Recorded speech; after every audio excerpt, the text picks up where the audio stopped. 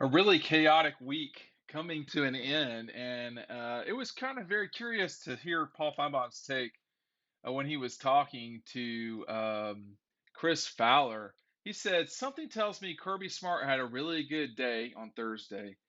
He's had a lot of them lately. Watching Saban and Jimbo squabble does not hurt his feelings, I'm sure." Um, this is kind of a curious. I've talked to a couple of different people about what they feel like Kirby's reaction would be to watching two people he's worked with in the past, Jimbo and Nick Saban, go at it so publicly. Again, I talked about this earlier in the week. This is a really bad look for the league, and it's got to stop. I think that the other problem too here is that you could see a situation where the whole league gets drawn into a circling fire squad that's circling one another. I mean, it's just stupid. But Jimbo quite clearly feels disrespected um, for whatever reason. I think he's overreacting myself. But Nick Saban should have never said what he said. It was ridiculous to start with. He knew by saying what he said that this was going to start, and it has.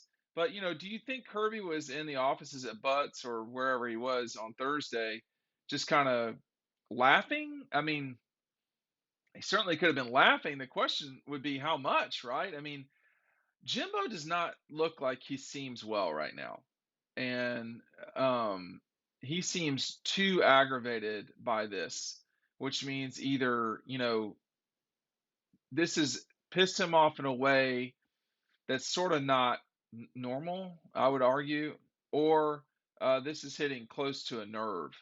And I think it's hitting close to a nerve. I don't think there's anything that they've done that I can tell at Texas A&M that is wrong.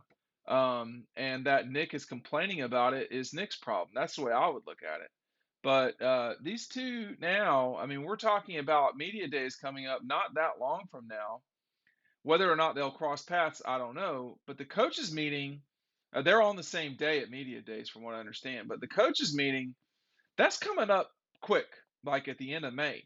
So, one person I know that's covered the league for uh, longer than I have was saying if they can just get past the coaches' uh, meeting, they'll be all right. And we'll see. I mean, we have seen, we have seen fractious things happen over time in this league. I mean, the Cam Newton thing was ugly. That involved three schools: Mississippi State, Auburn, and Florida. Um, we've seen Mississippi State and Ole Miss go at it pretty hard. Uh, for the most part, Alabama has kept themselves out of stuff, which I think is a smart way to be. I do wonder, to some degree, if Texas A&M is, what's the best way to put it? I do wonder if Texas A&M is a little bit little brother right now about this. And the best way to deal with that is by going and winning football games. That's all there is to it. I mean, Jimbo and company beat Nick Saban. They just didn't do it on the biggest stage. In DAWGSTRUCTION, you can read about how Kirby Smart and the Dogs had a very nice season in 2021. The forward is from our friend Jeff Foxworthy. Um, and you may or may not be a redneck if you own this book, but I'm going to tell you right now, it is a quality book. We appreciate all the support that we've gotten from everybody about it. And it talks about the two games with Georgia and Alabama, and how the two schools fought it out twice. Georgia winning the more important game. Texas A&M is going to have to start winning games that matter. It's not different than Georgia's situation. I mean, with all we hear about and from Texas A&M about how much money they've got, how powerful they are, and this, that, and the other. We haven't seen the results. I mean, this program, which has more money than anybody in the league, has not won the league. Period. They've been in the league long enough to win it, and they haven't done so. They've beaten Alabama twice in that time, which is great, but they've done nothing with them those seasons. I don't know. I mean, I, I think I think the question about Georgia and Kirby and all that. I mean, if they're picking sides here, Kirby's picking Nick. That's just seems pretty clear to me. He was with Saban for way longer than he was ever with Jimbo.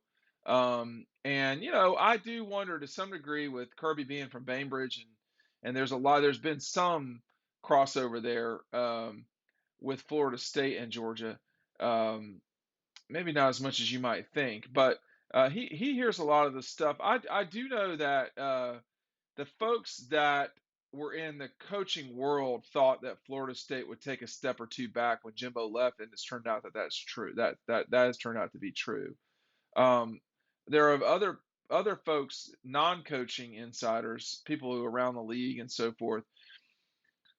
They're wondering when and if Texas A&M will ever get it going, and when they will wind up without a four-loss season. I mean, again, for all the potential that we've read and heard about, and the oil money, and everybody's got money. I mean, I guess Texas A&M's got a bunch of oil money. Okay, well, why can't they buy better seasons? I mean, let's just talk about their time in this century. All right, 4-8, 7-5, 5-6, 9-4, 7-6, 4-8, 6-7, 9-4, 7-6, 11-2, 9-4, 8-5, 8-5, 8-5, 8-5, 7-6, 9-4, 8-5, 9-1, 8-4. They've had one 10-win season this century, y'all. I don't care. Like, don't tell me about how you play in the West. You didn't play. You didn't play in the league. You couldn't get to 10 wins. I mean, it's dysfunctional. So the whole thing makes the league look a little stupid. The whole thing, you know, I don't know. But the number one way to get 10-win seasons is by going and recruiting in an efficient way. We saw that this year with Texas A&M. We saw that they were very sensitive about the way in which they were criticized with it. But I mean, you can't lose. You can't lose to Mississippi State, and then you lose to LSU. Then you would have had probably a 10-win season. You beat Alabama, right? I mean, everybody's talking about that. It's such great video and content. You finished, you finished fifth in the West. I mean, that's not very good. So, I, to me, was Kirby laughing? I mean, I'm sure he was laughing a little bit just because that's the kind of guy he is. It's funny, but it's not good for the league. And, whether or not this goes any further, I think if you're Kirby and them, you don't want people picking around your program. That's not what you want. And that's probably why Jimbo got so defensive. But Jimbo's been at A&M now. He's completed 4 seasons, and it's 9-4, 8-5, 9-1, 8-4. That's not good. I mean that's excuse me. That's good. That's there's nothing unbelievable about that. That's third place, seventh place, second place, and fifth place. It's not very good, right? I mean, like, it's not impressive. You won the Orange Bowl. That is a big deal. Top 5 finish. It's great, but it's time. And nobody feels sorry for Texas A&M. And whether Kirby or not is laughing or not, I don't know. But nobody feels sorry for the Dogs. That's for sure.